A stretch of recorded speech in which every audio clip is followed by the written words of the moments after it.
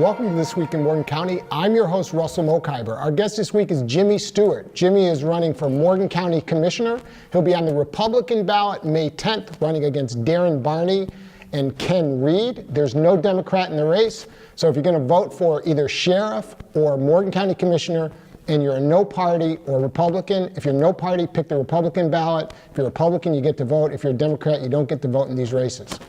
Jimmy, welcome to the show. Thank you. Jimmy, you were born here in Morgan County? Correction, born in Hampshire County. Hampshire County? 9 months after that, my parents moved to Berkeley Springs here. And I was raised here my entire life. What was the work of your parents? Tell us about your parents. Well, my father started picking apples in Romney and then moved towards Berkeley Springs once that 9 months hit. And he started working from job to job, State Road, worked here. Worked some jobs down in Hagerstown, Maryland, Mack Truck, the tannery down there, and then he ended up retiring from the tannery. My mother worked in Hancock, Maryland at the London Fog factory her entire life, and then she ended up retiring from there. And what part of the county did you live in?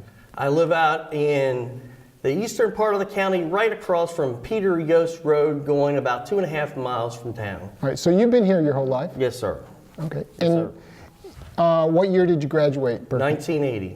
1980. And tell us what you've been doing since graduation from high school. Well, like any kid, after I graduated from high school, I was ready to go to college and pursue that avenue. And I was very talented in music in high school. You were in the band? Yes, sir. What did you play? Drums, okay. Percussion. So I auditioned for the Mountaineer Marching Band, went to WVU for about 1 year, and played in the Mountaineer Marching Band, made it, and I had decided at that point in time, it just didn't seem like that career field was working for me, so I opted to join the Navy. In May 26th of 1981, and retired from the Navy May 26th of 2001, so a little bit over 21 years with my delayed entry program. But I was trained in the Navy. What did you do in the Navy, and where did you go? I was trained as an aviation maintenance mechanic, jet engine mechanic. I started off my career through the basics, Great Lakes, Illinois, went to Memphis, Tennessee for my required training, and then they sent me to Virginia Beach, Virginia to a VF-33, an F-14 squadron, which was, I was happy as heck to be working on F-14s. It was just an exciting thing. And I was in a squadron that, went back and forth from sea duty to shore duty, sea duty to shore duty, back and forth. I ended up being stationed on 4 different carriers, the Eisenhower, the Nimitz, the Enterpriser, and the John F. Kennedy. Enterprise, and the John F. Kennedy. During my career, I was also interviewed and selected for the Blue Angel maintenance team. I spent 3 years in Pensacola, Florida, working on their aircraft. My last year, I was the lead mechanic for the Blue Angels. And one of the years there, I also was an inspector for them. And from there, I ended up retiring in 2001 as a chief petty officer. And what have you been doing since 2001? Well, one thing was fortunate for me was I was trained in the Navy how to work on aircraft. So prior to me getting out of the Navy, I had gotten my airframes and power plants FAA certification, which gave me a license to work on aircraft. So I was stationed, worked at several different places, Raleigh, North Carolina, Indianapolis, Indiana. Moved here, I was working down at Dulles Airport for a while for an airlines. Bounced around. You're working for like United? Yes, what airlines are you working for? It was Atlantic Coast Airlines was an express carrier for United Airlines. Okay. So and you're repairing and maintaining their engines. Yes, sir. Okay. Yes, sir. And until I found a home, then later towards that career, probably about halfway, I started getting really involved with what I had learned in the Navy, and that was leadership and management. Picked up a lot of different things of what I've done there. That I feel like I could relate that to the county commissioner's position here that I'm running for. What is your current work? My current work is I'm a maintenance instructor in Hagerstown, Maryland for a company called Pittsburgh Institute of Aeronautics. You teach people how to. I start off the students, somebody walking off the street and wanted to work on airplanes. I start them off working, teaching them aerospace math, teaching them physics, teaching them theory of flight, how does an airplane fly, how to work on it, how the basic concepts, what's a hammer, what's a screwdriver, which way do you turn it when you're doing this? You know, how do you safety wire something? How do you clip it? How do you torque something? And how long is the program? The program down there is 16 months. And once you get out, you can get a job? You can get a job. We have pretty close to our campus has right now about an 89% placement rate. And what does an airline maintenance mechanic get paid? I'd say your average you're looking at with no experience, you're probably starting around 16, 17, maybe 18 on the high side an hour. Okay. And by the way, how much does the county commission pay? Well, from what I saw, when I filed, it was kind of funny because I was like, I'm not in this to get rich. Right, you know what I'm right. saying? But it said 1% of what my fee was. So I'm thinking right around. I want to justify saying somewhere about $39,000, somewhere maybe in that neighborhood. Will you keep your day job? My plan is right now to keep the day job, but I will tell you this. You're allowed to keep your day job. I'm allowed to keep my day job, but I will tell you this. I'm 100% committed to this county commission and to this county. Have you ever run for public office? No, sir. This is your first run? Yes, sir. And for people who want to become civically active, take us through when the inception of this thought that you wanted to run to your decision to run and how that worked. Well, you know, I tell my students all the time, set your goals high. Don't ever set your goals low. Set them as high, but set them reachable. Don't set anything out that you can't reach. Talking to a couple of my friends and my wife, Kimberly,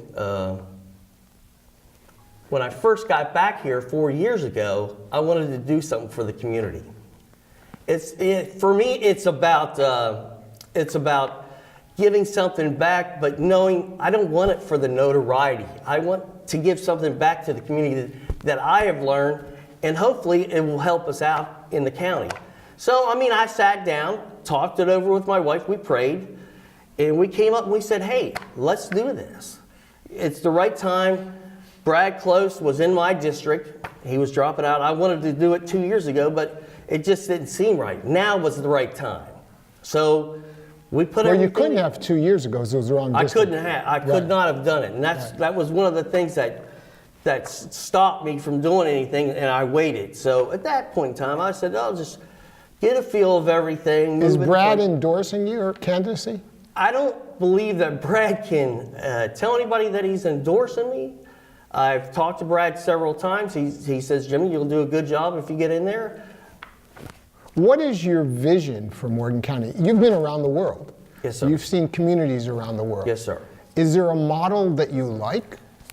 My biggest thing that I see with Morgan County, and if you get on my website, you'll see it. It's www.stewart4commissioner.com. I truly believe it's imperative, looking around this county and surrounding counties, that economic development has got to take place. We have got to push that to the end, and we have got to support everybody for that. Now, everybody says, how do you do that? Well, I'm not out to take down mountains or anything like that, or streams, because that's the reason why everybody comes here, is because it's so beautiful, it's nice.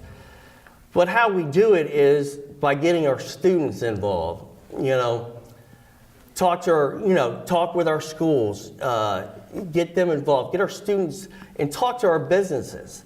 Let them know, challenge them to take on some of the students, maybe our grandkids, or your kids, my kids, our grandkids, anybody's kids, that are, so we can push to keep them here, possibly.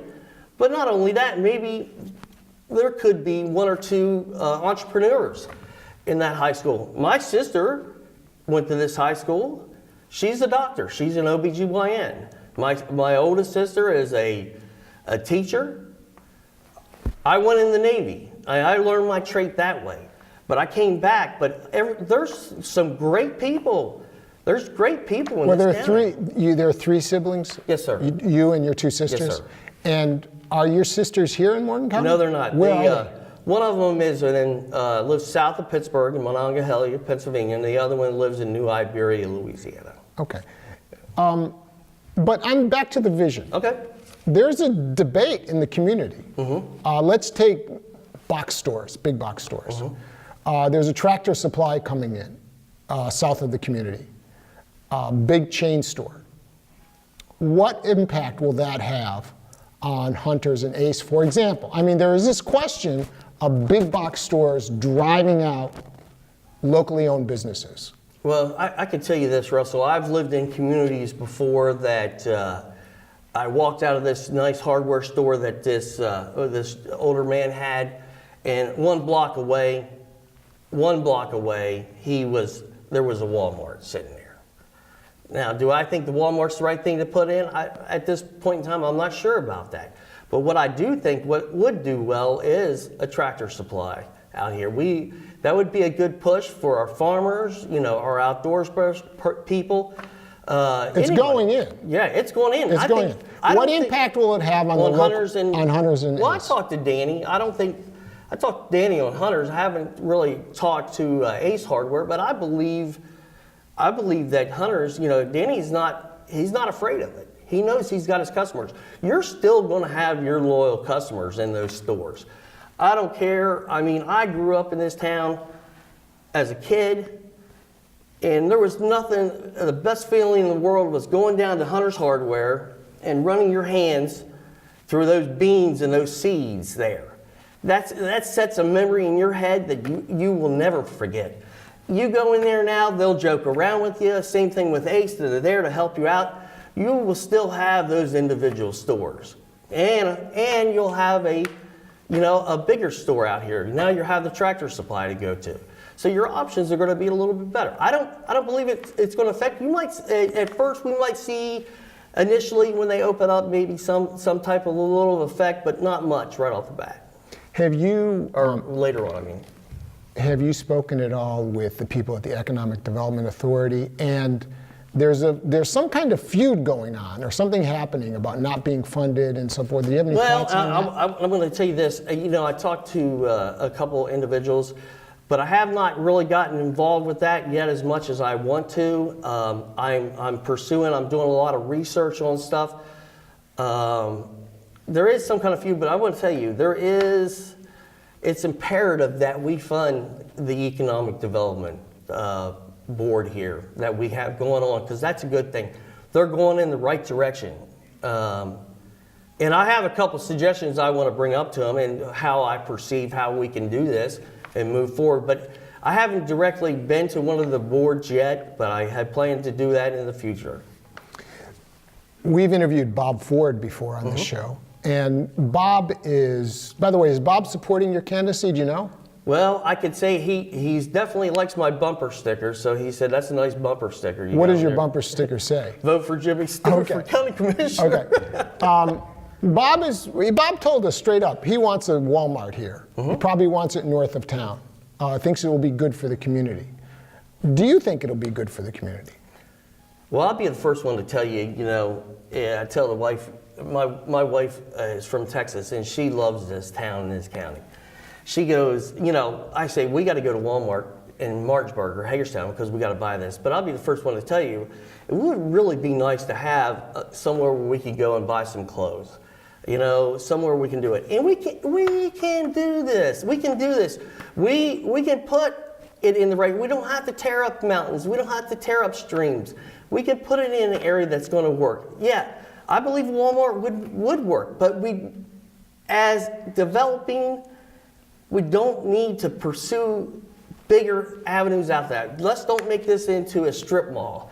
Let's make it into what it is. Let's put what's convenient there for the customer. What we need a Walmart. We need something where we can bring people in.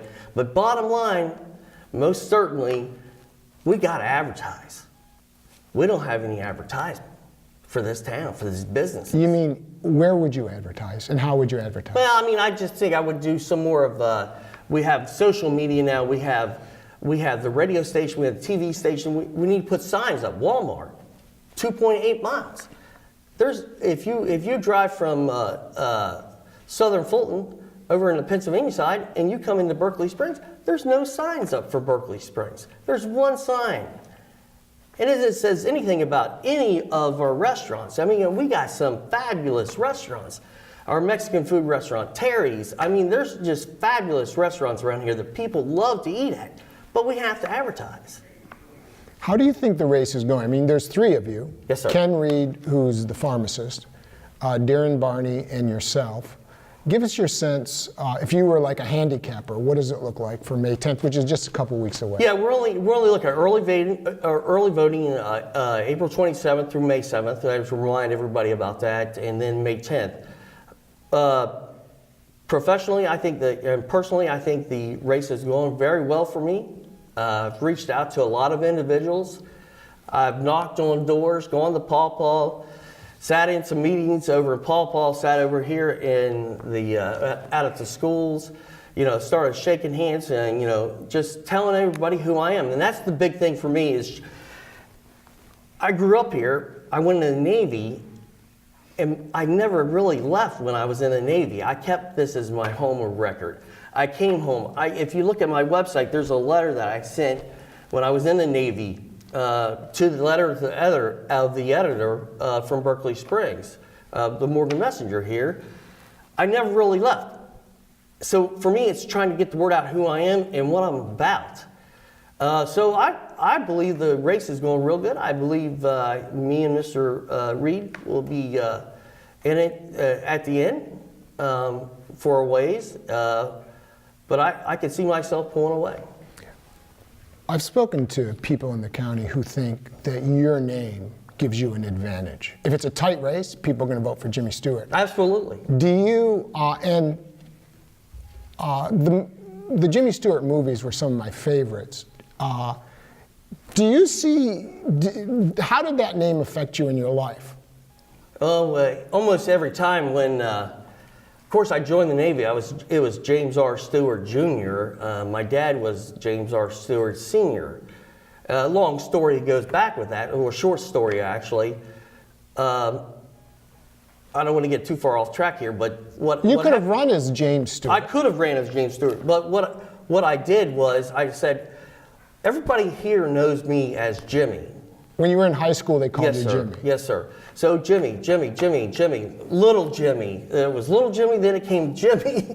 So it stuck. And I told the wife, I said, look at that. If you're sitting here and I give you three names and I say, this person, this person, and this person, and you don't know any of them, who would you vote for? George Bailey was one of my favorite characters, It's a Wonderful Life. And he was a small town banker activist. Yes, sir. Does he serve as a role model for you? Yes, sir.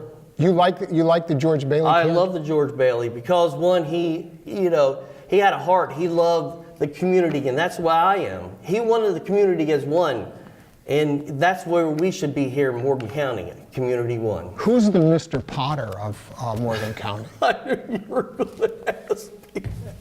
Do you have any candidates? Yeah, I don't know. Maybe my first thought, the Mr. Potter would be the tax assessor or something. I don't know. I'm not sure. Maybe, I don't have any other candidates. I'm not really feuding with anybody. I see some stuff going on with the sheriffs. But Ken Reed and I, or me and Darren, haven't really feuded at all. In fact, it's been civil. It's been real civil. I mean, I met Ken Reed out at, I introduced myself out to him at one of the ambulance meetings and shook his hand. We talked for about 3 minutes, and that was it. I've never met Darren Barney. I've read his articles in the paper, and he looks like he's had a couple of businesses that didn't go the way he needed it to go, and he moved on from there, and that's about it. So there's I guess there's no Mr. Potter for me, if I had to think. Mr. Potter would, probably be the closest thing to the bank or something like that, just trying to take money away, but I'm trying to give money. I mean, I want to give money out, but I want to do it the right way. We got to stay with our budget. We have to stay with our budget. It's if you get onto the website, Morgan County Commissioner's website and you research this stuff and you look at it, it says, there's a little thing, the little sentence that says, do not exceed your budget. It is state code, do not exceed that budget. I highlighted because, when I get elected, I want to make sure, hey, we don't go past this budget or we can get a lot of trouble. And that's what a lot of citizens have got to understand is when they have these ambulance meetings and about this, a lot of people go in and... How do you come down, by the way, on the ambulance fee? How do I come down on it? You want to hear the Jimmy plan? Yeah. The Jimmy plan is this. On the ambulance fee. Let's talk about the only ambulance fee.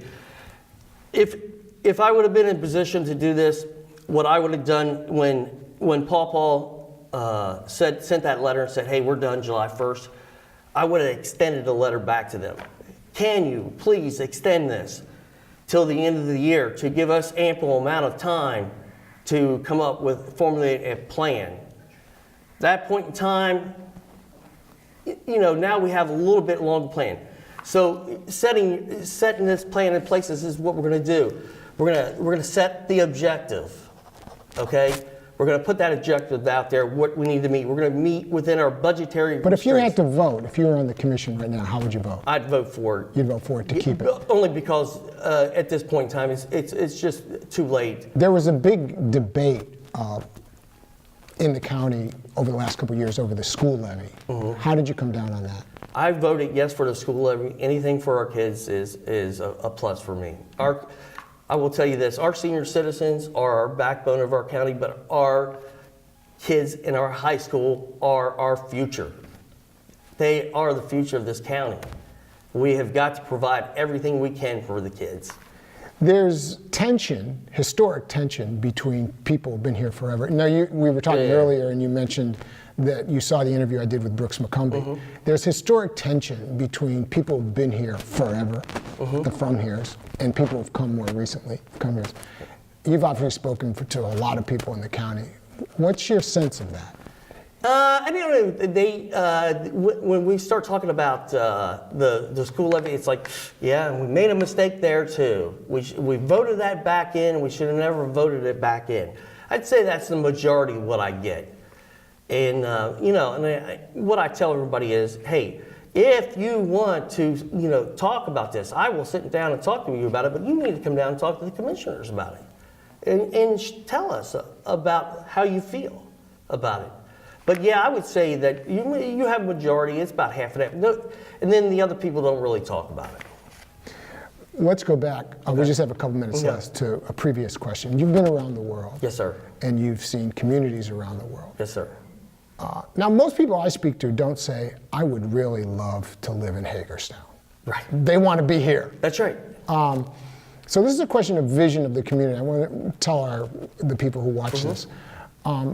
Places you've been around the world, what places struck you as saying, I wish we could be more like that, or I wish this county would go in this or that direction? I lived in a couple places out in Indianapolis that had some very small communities behind it, almost like the way we are here, that still had the ample amount of stores, and they still had the rivers, they still had the mountains, and places I don't want to be like is like a Boston or like a New York City, which I know we'll never get to that point. But to those types of cities, they branch off. They're almost more like us here. They have little towns like that, but within their little towns, they have economic growth. It's working for them because they have they have jobs there, and that's the number one thing is we have to get jobs here. It's imperative. Berkeley County, 112,000 people.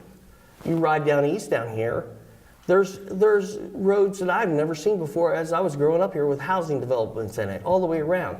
It's coming this way. It's coming towards Berkeley Springs, and it's going to get busy.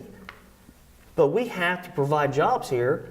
For one reason or another, we had to provide jobs here. Is Berkeley County a model for you, though? I don't want to go exactly how Berkeley County is going, because if you go over that hill and you drive over that hill, like I think Wade was saying the other day, it's a different world. That one mountain, you make that one turn, you go over and you're like, wow, what happened? Look what happened here. All of a sudden. I don't want to use that as I think we can do it correctly, the right way the first time, and not over explode it. Well, thank you very much for joining us. Good luck on May 10th. All right. Russell, I'd like to say one thing. I've served our country, now I'm here to serve you. I'm a veteran who cares. Vote for Jimmy Stewart. Thank you, Jimmy Stewart. Thank you. And thank you for watching This Week in Morgan County.